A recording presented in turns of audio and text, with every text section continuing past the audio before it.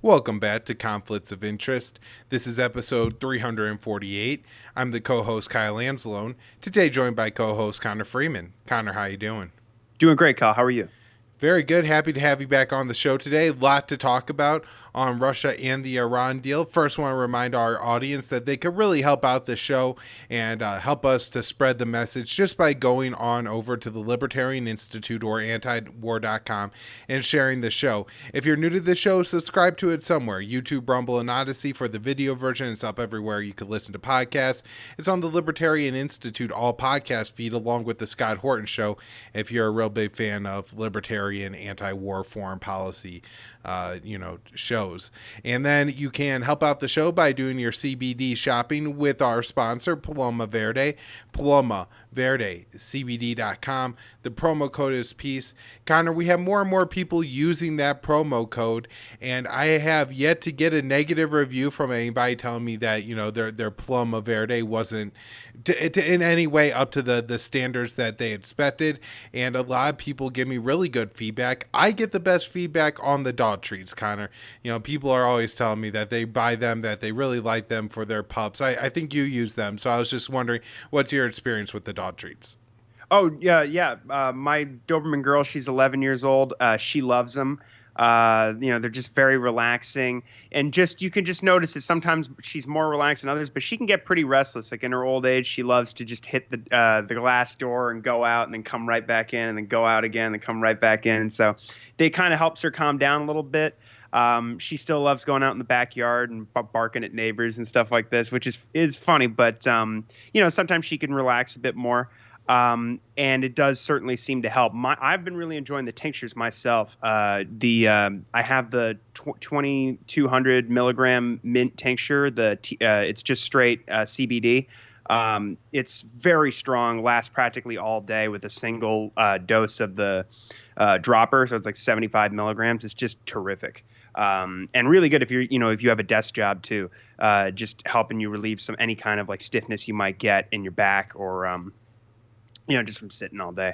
And it's the best and helping me. I've noticed like when I go for runs lately too, just a lot more, recover a lot faster and, lot less fatigue. So you just have more energy. All right, thanks, Connor. And everybody, it's PalomaVerdeCBD.com, and the promo code that you're going to use is peace. So, Connor, we have the midterm elections, and somehow it's going to take a week for ballots in your state to be counted. So the rest of the country kind of just is stuck waiting and seeing what's going to actually be kind of the breakdown of the Senate before the Georgia runoff. So it could, I guess, maybe be decided by then, but it kind of seems likely to me, Connor, that we're headed to a situation here where the Republicans either have one vote in the Senate, or that the Democrats will have the majority with the tie. But as I said on the last show, I really don't expect it to alter American policy very much, especially when, on the foreign policy end of things that we talk about a lot. So anyways, I think maybe our first round of confirmation of this, Ukrainian lawmakers to send delegation to U.S. to meet with newly elected members of Congress. This from Dave DeCamp on November 9th. Ukrainian lawmakers are planning to send a delegation to Washington in December to meet with newly elected members of Congress to ensure bipartisan support for spending in the war in Ukraine continues, the New York Times reported on Wednesday. A red wave was predicted for today's election, but Republicans did not have as much success as expected. As of Wednesday night, now all races have been called, but it appears the Republicans will eke out a majority in the House, with the Senate still up for grabs. House Minority Leader Kevin McCarthy, so he will be the majority leader if he gets the expected promotion, announces his bid for House Speaker on Wednesday. He recently raised concerns in Kiev by saying Republican-controlled House won't be willing to write a, quote, blank check for Ukraine. But other Republicans have insisted that the support for Ukraine will continue, and Ukrainian officials expect the spigot will continue to flow. Now, Connor, I think as Speaker of the House, McCarthy would have a lot of power over what the House is able to do. But my guess is that he's going to be on board and in line with what the military industrial complex wants to do. He's in no way a Liberty Republican, a Thomas Massey, or anything like that. And so with him being compliant with the war effort and there being a clear majority of Congress, a bipartisan, a majority in each party of Congress and in each house of Congress that support this kind of policy, very aggressive in countering Russia, waging a proxy war, supporting Ukraine with billions of dollars. I don't see any reason to expect this is going to stop at all. And the same thing with Mitch McConnell in the Senate. Even I'm sure he's a pretty big supporter of the war in Ukraine, but even if he wasn't a huge supporter, he's going along with it, and there's plenty of Democrats to make up for maybe the Rand Paul and Josh Hawley. If there's one or two more of those Republicans, we'll have a better sense of that next year, but there'll be plenty of Democrats to vote along with the Republicans to ensure that aid goes through. I want to take a second and talk about an article I wrote for the Libertarian Institute. India pledges to buy more Russian oil as West seeks to isolate Moscow. India's foreign minister said his country has no plans to stop importing Russian energy. The statement was made as Western countries plan to roll out price caps on Moscow's oil exports next month. The Indian foreign minister traveled to Russia to meet his counterpart Lavrov on Tuesday. At a joint press conference, the Indian diplomat stressed the importance of the New Delhi Russia-Moscow relationship, saying Russia has been a steady and time-tested partner and that any objective evaluation of our relationship over many decades would confirm that it has actually served both our countries very well. And Connor, look, diplomats around the world meet with each other. They issue kind of boilerplater-ish rhetoric and statements. We didn't get anything major from this press conference, but I think it's really important for Western countries to take note and observe that during this time where we're saying you have to move away from Russia, India is saying that Russia is a time-tested partner that they trust, and so that they're going to continue this relationship. Back to my article. Since President Vladimir Putin ordered the invasion of Ukraine in February, Washington has led a sanctions campaign aimed at crushing the Russian economy. However, so far, the economic war has largely backfired.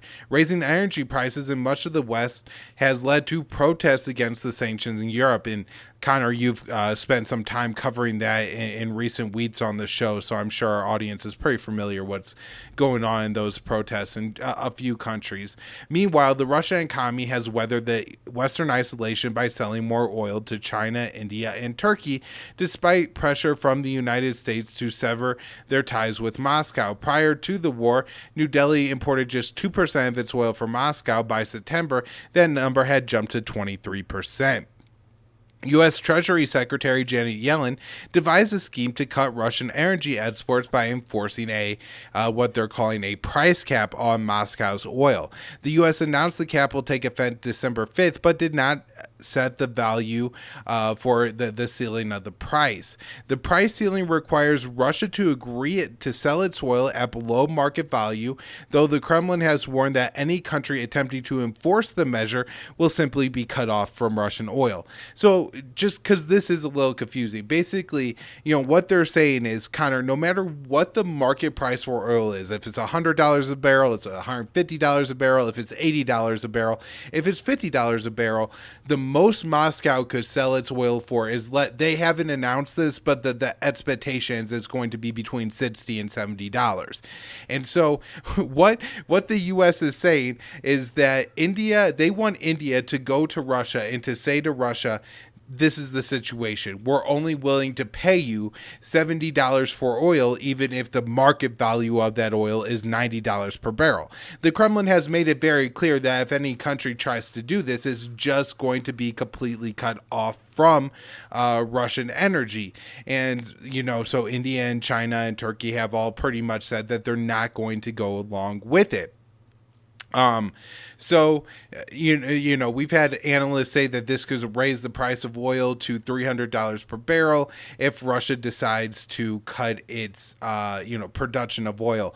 Which I think now that the midterm elections are over, Connor, the White House is going to be far less concerned about the price of oil and gas, and so maybe that December price cap is coming, and it could be quite aggressive and problematic. Now, I want to talk about one more article that I wrote, and then I got a few more from David Camp. Just U.S. approves HIMARS sales to Lithuania. This isn't, the most significant weapon sale, but the State Department greenlit a nearly $500 million sale of high mobility artillery rocket systems to Lithuania. Washington has transferred dozens of the systems to Kiev, which has used them to carry out attacks inside territory claimed by Moscow. A press release from the department from the Defense Security Cooperation Agency, DSCA, stated that Vilnius requested 8 launchers, ammunition, and other equipment for HIMARS, also claiming that the sale would support Washington's foreign policy objective. And this is what the agency said. This proposed sale would support the foreign policy and national security objectives of the United States by helping to improve the military capability of a NATO ally that is important for us in ensuring political stability and economic progress in Eastern Europe. So I guess a couple of questions I have here, Connor, are: could these weapons one day end up in Ukraine? I think that's probably possible, although not necessarily likely, just because this sale is now moving through, and the fact that American stockpiles are depleted and they want to sell more to Ukraine. My guess is that Lithuania is going to be back near the end of a fairly long line, waiting for these HIMARS to be produced in enough, have a fast enough clip to give them to Lithuania. But this would put more of these systems on Russia's border, so that, it could be very provocative. Now, Connor, let's get into some good news. I know it doesn't happen very much, but we got a little bit today. U.S.-Russia agreed to hold talks on New START nuclear treaty. Most important treaty, probably other than maybe the non-proliferation treaty in place today. It caps, the U.S. and Russia's nuclear arsenal.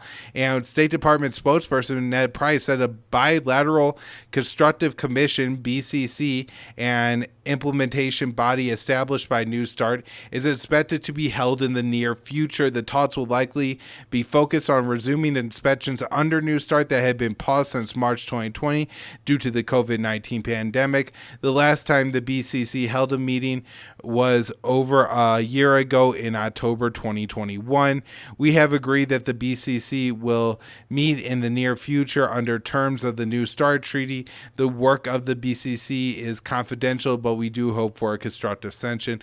This seems really good, Connor. We won't know until the meeting takes place and probably a couple weeks after what actually went on in that meeting, but it's positive anytime you have Americans and Russians in the same room. Hell, even if it's just a couple of your coworkers and one's American and one Russian, at this point it's probably going to be the most productive thing we could do, because the White House is so committed to not talking to any Russian officials. It's really crazy.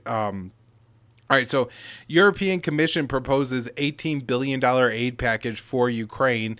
Hungary is resisting this. My guess is that will end up going through. Ukraine's parliament just passed a budget with a $38 billion deficit. Most of this is going to be made up by the U.S., but this $18 billion will likely be a chunk of what's going on to cover there. Now, I guess, you know what, let me talk about this one first. So Dave DeCamp wrote this up yesterday. Russia announced on Wednesday that it was pulling out of areas in the southern Ukrainian region of Kherson on the west bank of the Dnieper River, which includes the city of Kherson. This is one of, if not Russia's most significant military gains since the war began. I just want to put like a little asterisk on this story, Connor, to say for weeks there's been reports that Russia is evacuating civilians, and the Ukrainians are saying, well, they're just going to sit in the Ukrainian houses and pose as Ukrainians and all that stuff. Maybe that's what's happening. I don't know if the Russians are actually withdrawing from the city or not, but that is the statement coming out now. Ted Snyder points out in a great article today at the Quincy Institute that, maybe with Russia pulling back from Kherson, this would give the opportunity for every side to pretend like they won a little bit and end this thing. So, report. Some U.S. and Western officials think winter will provide chance for diplomacy in Ukraine. This from Dave DeCamp. Some U.S. and Western officials believe this winter will provide an opportunity for diplomacy between Russia and Ukraine, as they don't think either side can fully achieve their goals in the war. NBC News reported on Wednesday, citing anonymous sources. In the winter, everything slows down, one Western official said. The potential for talks. We would like to see this happening. The report said Western military officials don't believe the Ukrainians can drive Russia out of all of the territory it has captured. So that's where I think the good news is, because I immediately read this story, Connor, and I went right back to the Washington Post story that said we're faking diplomacy to make sure everybody doesn't get cold feet about this war and decide to back out of it. And so my initial thought was that, but maybe there is a real acknowledgement that Ukraine can take back all the territory, that Russia is calling up its forces, and like Daniel L. Davis and Colonel Douglas McGregor have talked about, they're preparing to use those forces in an offensive against Ukraine. That maybe the U.S. is looking at this and going to Kiev and saying that, look, if we're looking at like 6 or 9 months down the road, the best time to talk is now, because it's going to be a rough go for you for some time. And this is the kind of thing that maybe would push Ukraine to talk, and maybe even though Russia has now mobilized all these forces, would be willing to kind of cut some of the losses that it's had, although ultimately Russia will, in some sense, gain territory here. Russia would cut its losses and be willing to end this thing as well. But who knows? There's a lot going on. There's a lot of moving pieces, and again, we always have to be worried, Connor, that this is more about psyops targeting the American and the European people to make sure that we are sufficiently ready to wage or to stay committed to this war. Connor, I'm going to go ahead and hand this over to you and let you talk about what's happening with the Iran deal. Yeah, absolutely. So, well, the deal I think is well, we'll get to this here, but I think it's pretty definitely dead at this point. But this is an article I wrote for antiwar.com last Friday. This is it's called "Netanyahu Allies Says Israel Will Attack Iran Absent a New Nuclear Deal." And this, you can just hear the Democrats chanting longer and stronger. So if Washington does not secure a new nuclear deal or take military action itself, incoming Prime Minister Benjamin Netanyahu will attack Iran. This is according to Shaki Hanegbi, a longtime member of Netanyahu's Likud party in Israel. He's a former settlement minister. He issued the warning while speaking to Channel 12 News on Friday. He declared that Netanyahu, quote, will act in my assessment to destroy the nuclear facilities in Iran. He said, Israel will for the first time be facing a regime with nuclear weapons. And he went on to describe the alleged Iranian threat as, quote, a fire that's been burning inside Netanyahu for more than 25 years. Now, Hanegbi previously claimed that Israel would go to war with Iran if Biden won the 2020 election and tried to return to the JCPOA. But in recent weeks, again, we've had State Department spokesman Ned Price, Biden's special envoy for Iran, Robert Malley, and they're saying that the nuclear deal is no longer the administration's focus. Malley went so far as to say it's not on our agenda, and we're not going to waste time attempting to revive the deal. Now, there's a report in Axios as well, where they talked to a senior Biden administration official who says we are already looking at the situation as if there is no nuclear deal, and we are taking steps to ensure the U.S. has a ready military option. And there's another quote from that article that says the official, referring to the one I was just quoting, said that Tehran's response to the protests, coupled with Iran's support of Russia's war in Ukraine, fundamentally changed the situation, and therefore, even if Iran came back to the table today and said it wanted a nuclear deal, the U.S. was unlikely to move forward. So, despite all these claims of the Iranian nuclear threat that we hear in the belt, in D.C. and in Tel Aviv, The Pentagon's latest nuclear posture review notes that, quote, Iran does not currently pose a nuclear threat. They instead claim it continues to develop capabilities that would enable it to produce a nuclear weapon should it make the decision to do so, but it acknowledges that the JCPOA previously constrained those activities. The nuclear posture review also says Iran does not today possess a nuclear weapon, and we currently believe it is not pursuing one. And the National Defense Strategy says the same thing. And that's, so critical because almost all of the propaganda we hear from the GOP and the Democrats is either that they'll either just straight up lie and say that Iran has nukes. I mean, that a lot of Americans actually believe that because of, how much Iran is constantly lied about on TV our whole lifetimes. But also the Democrats like Elaine Luria, who thankfully lost in the midterms, but she and Josh Gothamer and all these other Democratic Party Iran hawks, Bob Menendez, constantly saying that Iran is racing toward a bomb and that Israel is imperiled and all the usual propaganda. So now, earlier in the year, Tel Aviv launched multiple drone strikes and assassinations inside Iran, while the U.S. was bombing Syria repeatedly in August, which the Pentagon said was a message to Tehran.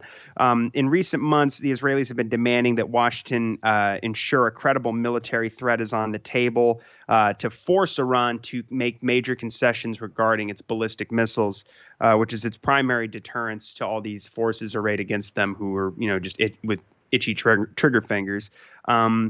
And so this is likely similar to the New Deal that Hanegbi has in mind. In September, the Pentagon inked a nearly $1 billion contract with Boeing to provide Israel with 4 refueling planes, which would be needed in order to reach Iran with its bombers for an attack. The planes aren't expected to be delivered until 2025, but without those new aircraft, Israel would have to rely on aging tankers or attempt to refuel in the UAE or Saudi Arabia or Bahrain. And earlier this year, Israel's military chief of staff, Aviv Kohevi, is a huge Iran hawk, said, quote, we continue to prepare vigorously for an attack on Iran and must prepare for every development in every scenario. Israel also lacks the bunker-busting bombs needed to hit Iran's underground nuclear facilities, which have been moved further and further underground, of course, over the years from all these Israeli sabotage attacks. Now, anyway, so I just wrap up by talking about how Israel has nukes and Iran never has. So now here's another one from Dave DeCamp. This is from the 6th of November. Now, the U.S. flew warplanes toward Iran over the Saudi claims that there's an imminent attack against them from Tehran.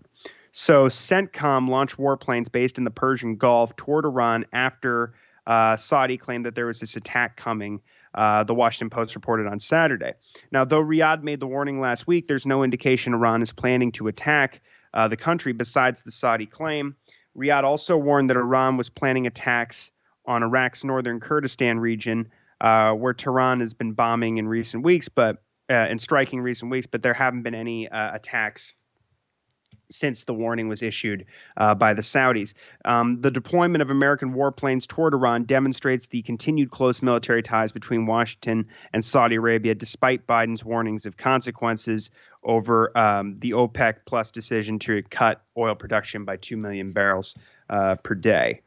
Of course, the Democrats were fuming over that decision on the part of OPEC Plus, and we're talking about how they were going to significantly downgrade our partnership with Saudi Arabia and rescind all kinds of military support, but no real concrete action has been taken since. And I think they thought it would hurt the Democrats a lot more in the midterms than it ultimately did, like you were just discussing. So now here's another one from Dave DeCamp. We have Benny Gantz, the outgoing defense minister in Israel, saying that he believes Netanyahu will be level-headed about attacking Iran. So this is from the 9th. So Gantz said Wednesday that he expects Netanyahu, the presumed incoming prime minister, of course, to take a level-headed approach to the prospect of attacking Iran. His comments come after Hanegbi said Netanyahu would strike Iran whether or not if the U.S. doesn't take action itself or get this new deal. Now, Gantz claims that the IDF now has the capability to attack Iranian nuclear sites, and he said he believes Netanyahu, though he said Netanyahu will be level-headed in this regard. And the IDF has said in recent years that they're accelerating its plans to attack Iran. Of course, they simulated bombing the country over these chariots of fire during these chariots of fire exercises earlier in the year. I mean. They were in the Mediterranean Sea simulating bombings on Iran's nuclear facilities.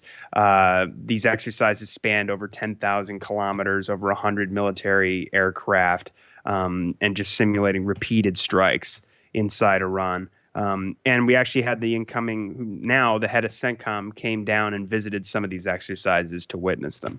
Now, Gantz said that Israel has the ability to act in Iran. We have the readiness, development capabilities, and long-term plans we are managing. We need to prepare for this possibility, and we also need to consider the issue very carefully before carrying it out. While Gantz claims Israel can attack Iran, of course, there are all these other issues that I've mentioned previously. But the U.S. is doing its best to at least help them get halfway there by sending these refueling planes. Okay, now this one's from Jason Ditz. From yesterday. This is Israel attacks. They attacked an Iranian fuel convoy on the Syria-Iraq border and killed at least 10 people. So this is from Jason. Truck convoys heading into Syria from Iraq are not uncommon. Iran sends fuel convoys to Lebanon and Syria a couple times per month. But on Tuesday night, one such convoy was hammered by Israeli airstrikes. Details emerged slowly, hindered by Israel's policy of course, not talking about these attacks publicly. Several vehicles were destroyed during the attack. At least 10 people were killed. Some reports put the figure higher at 14 casualties, 14 people killed. Now, reports have some Iranian nationals among the slain in the convoy, which wouldn't be out of the ordinary. And some are speculating that the convoy was smuggling weapons, and that's the usual excuse for why Israel bombs the country every week, is saying that they're attacking Iran. Now, smuggling fuel into Syria has become big business in recent years. Syria's self-sufficiency in oil has significantly declined, of course, from the war, and the U.S. occupying about a third of the country where most of the major oil fields are under this "take the oil" policy, as Trump had called it. Now, Israeli attacks on fuel convoys aren't necessarily common, but they do attack anything, of course, that has a hint of Iranian involvement, and this seems to be a continuation of that policy. The attack took place in Al-Qaim, the main border crossing between Iraq and Syria, which is often a site of attacks and has a substantial presence of Iraqi Shiite militias. And of course, this comes after the news that the U.S. is building a new base in Raqqa, Syria, which Kyle covered on the most recent episode, or the previous episode. So here's some more news I got from Reuters.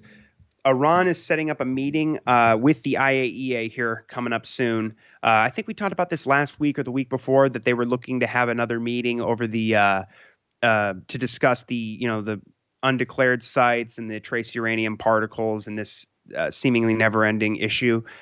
So this is from Reuters today. They said Iran has agreed to a visit by the IAEA this month to start giving answers to the agency and its 35-nation board. And this is from an IAEA report that was seen by Reuters on today. And they just make the point that this is coming ahead of the next quarterly Board of Governors meeting. And, the last time earlier this year during one of these meetings, we had the E3 and the U.S. Censure Iran, and Russia and China were against this, but for being allegedly uncooperative in this inquiry, and it led to Iran disconnecting dozens of IAEA cameras in their nuclear facilities, which weren't collecting footage that was being transferred to the IAEA anyway. We've been through this before on the show, but they're still, entirely within under the Non-Proliferation Treaty and their safeguards agreement. I think they just cut. I think the last I heard, 80% of the cameras overall are still in use and are still collecting all this data, but these were the voluntarily installed cameras under the JCPOA, which is Iran is still in the deal, but it's de facto dead. The U.S. has pulled out. The Europeans haven't come through on any of their obligations. So Again, Iran making some nonviolent leverage here, and it just doesn't appear to be working. But yeah, they're just saying that this looks like a thinly veiled attempt to try and reduce support for another one of these censures coming up here at the meeting. The quote is in the report that they have here is that Rafael Grossi, the IAEA chief, takes note of Iran's proposal to hold a further technical meeting with senior agency officials in Tehran before the end of the month, but stresses that this meeting should be aimed at effectively clarifying and resolving those issues. The IAEA expects to start receiving from Iran technically credible explanations on these issues, including access to locations and material, as well as taking samples as appropriate. And Grossi told Reuters on Wednesday that the meeting would take place in a couple of weeks. All right. Now, this one's from Al Jazeera. The Iranians have now confirmed that they have sold drones to Russia, but they're saying that this was months before the war started. And so this is very important. This is the first official admission we've had. This is from Hossein Amir Abdollahian, the foreign minister. So they're saying here, for the first time, Iran has confirmed it sold drones to Russia, but months before the war started in Ukraine. This was, again, Amir Abdollahian was speaking to reporters after an event in Tehran on Saturday. And he addressed these claims by Western officials that that Iranian drones are being supplied to Moscow for the invasion, and that surface-to-surface missiles may also be on the way. They're also claiming that there's like IRGC men training Russians on how to use this equipment in Crimea, and none of that's been confirmed either. But their comments, he says, their comments on the missiles part are completely wrong, and the drones part is correct. We gave a limited number of drones to Russia months before the war in Ukraine, Amir Abdollahian said. Iranian officials have previously said on numerous occasions that Tehran has defense cooperation with Russia, but had not supplied the Kremlin with arms, quote, for the purpose of being used in the war in Ukraine. Amir Abdollahian reiterated on Saturday that Iran has not been a supporter of either side in the war and is ready to talk to Ukraine. Quote, we have emphasized to Ukrainian officials that there is evidence about the use of Iranian drones in the Ukraine. We have emphasized to Ukrainian officials that if there is evidence about the use of Iranian drones in the Ukraine war by Russia, they should present it to us.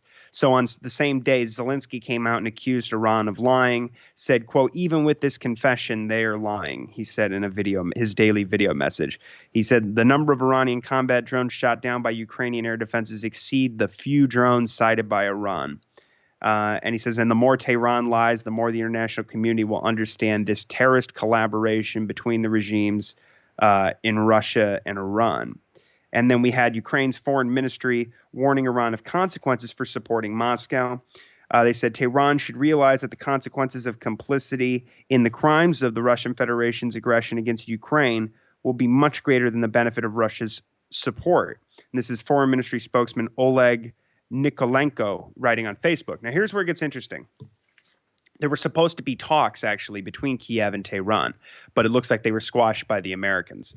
So they say, according to the diplomat, an Iranian political and military delegation traveled to an unnamed European country 2 weeks ago to hold a meeting with Ukrainian counterparts, but they refused to attend, quote, at the 11th hour as a result of pressure from the United States and Europe, especially Germany. Quote, they had told the Ukrainian side that we want to sanction Iran for the issue of the drones. And now you wish to participate in a meeting with the Iranians in Europe and drink coffee with them, he said. Amir Abdollahian said Iran still expects Ukraine to present evidence in the coming days. And, quote, if it is proven to us that Russia has used Iranian drones in the Ukraine war, we won't be indifferent to it. Of course, the U.S. and the European Union have sanctioned Iran over these drones. And then there's another report at Al Jazeera as well. We had Russia's security chief holding talks in Ukraine about the war in Ukraine and improving bilateral relations with Iran this week, talking to Ibrahim Raisi, the president of Iran, and his top security official, Ali Shamkhani. This is Nikolai Patrushev, the secretary of the Security Council of Russia, and he met with Raisi in Tehran Wednesday afternoon following his meeting with Shamkhani, who is the secretary of the Supreme National Security Council of Iran. Raisi said Iran remains opposed to the war as a fundamental policy. According to state media, quote, the development of the extent and expansion of the scale of the war causes concern for all countries, he was quoted as saying. Raisi nevertheless said Tehran and Moscow are now upgrading relations to a, quote, strategic level, something that he said is, quote, the most decisive response to the policy of sanctions and destabilization of the United States and its allies. Shamkhani on Wednesday told Patrushev that Iran wants to stop the war. According to Noor News, an outlet close to the Security Council, it said, quote, Iran welcomes and supports any initiative that would lead to ceasefire and peace between Russia and Ukraine based on dialogue and is ready to play a role to end the war, Shamkhani was quoted as saying, which is important because, earlier this year, I wrote an article for the Institute about how Iran had presented a peace proposal drawn up by some prominent Western leader who many reports suspected was Emmanuel Macron, the president of France, and that he had presented that to Sergei Lavrov. It was Hossein Amir Abdollahian going to Moscow, meeting with Lavrov, and giving this to him. And of course, from what when that came out, there was more information that was showing that Iran has actually been sending messages back and forth between Kiev and Moscow during the war, at least leading up to this peace proposal. So it's unfortunate that things have taken this turn. So that's the report for today on all the stuff with Iran. Obviously, I believe the deal is dead, but it's very important. Obviously, this policy, like we're seeing, as you were discussing earlier, pushing Russia and China together, and that seems to be all of a sudden the concern of these officials in the NBC News report. They're also, of course, pushing Russia and Iran together as well.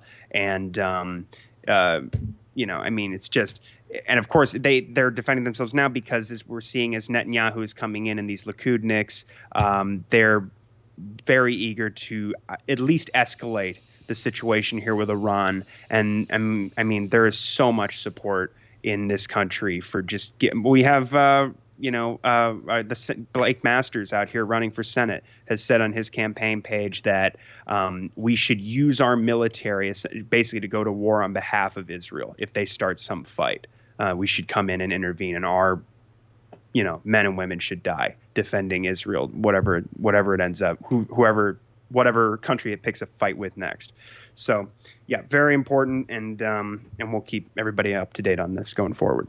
All right, Connor, thank you so much for coming back on the show. Everybody, just remember, share the show. You can find it at the Libertarian Institute, antiwar.com, and on Twitter. The account is con_interest. Thanks, Connor. Thank you, Kyle.